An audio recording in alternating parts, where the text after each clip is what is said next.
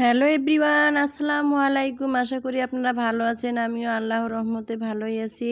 তো বাটা মাছ দেখেন, আজকে আমি দিয়ে ছোটো ছোটো আলু দিয়ে বাটা মাছের চচ্চড়ি করব। তো চচ্চড়ি করতে কি কি লাগে, তো কাঁচামরিচ, জিরের গুঁড়া, হলুদের গুঁড়া, তেল সব কিছু হাতে মতলে আলুগুলো দিয়ে দিলাম।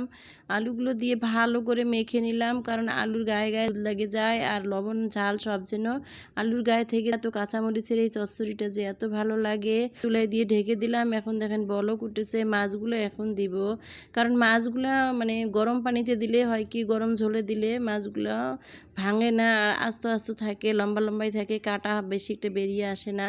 তো এইভাবে আমার মাছ আসিরা এইভাবে রান্না করতো, তো আমিও এইভাবে রান্না করে দেখিয়ে দিলাম, বা আমিও রান্না করে এভাবে খাই, মজার হয়। তো বাটা মাছটা হয়ে গিয়েছে। এখন আমি দুপুরের খাবার রান্নার মানে এগুলি প্রসেস করতেছি। তো এখন দেখেন আমি ফ্রিজে আবার গরুর মাংস রান্না করা ছিল, তাই আমি আবার গরুর মাংস বের করে একটু গরম করে নিতেছি। তো বেশি তরকারি না, সামান্য মাছ ছেলে দুজন মিলে দুপুরের রান্না খাবার।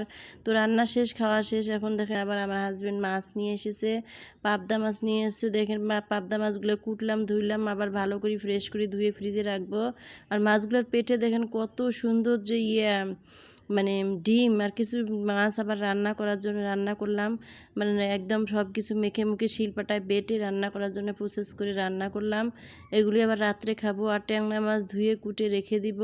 তো ট্যাংরা মাছগুলো দেখুন কত সুন্দর, গুলশা ট্যাংরা, অনেক বড় বড় ট্যাংরা মাছগুলো, তো একদম টাটকা ট্যাংরা।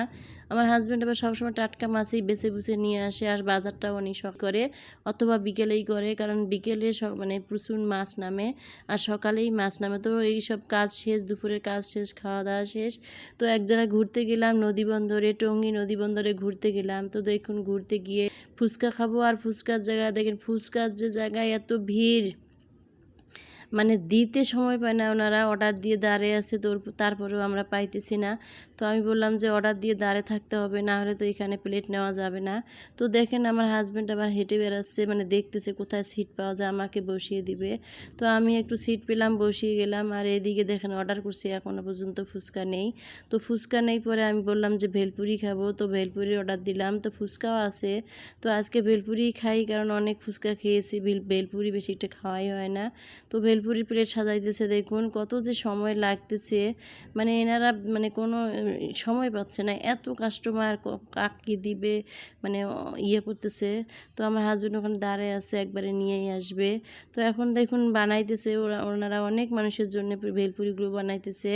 তো বিকেলা ঘুরতে বেরোলাম, তো অনেক ভালো লাগলো, কিন্তু গরম তো লাগছে, রোদ তো থাকবেই।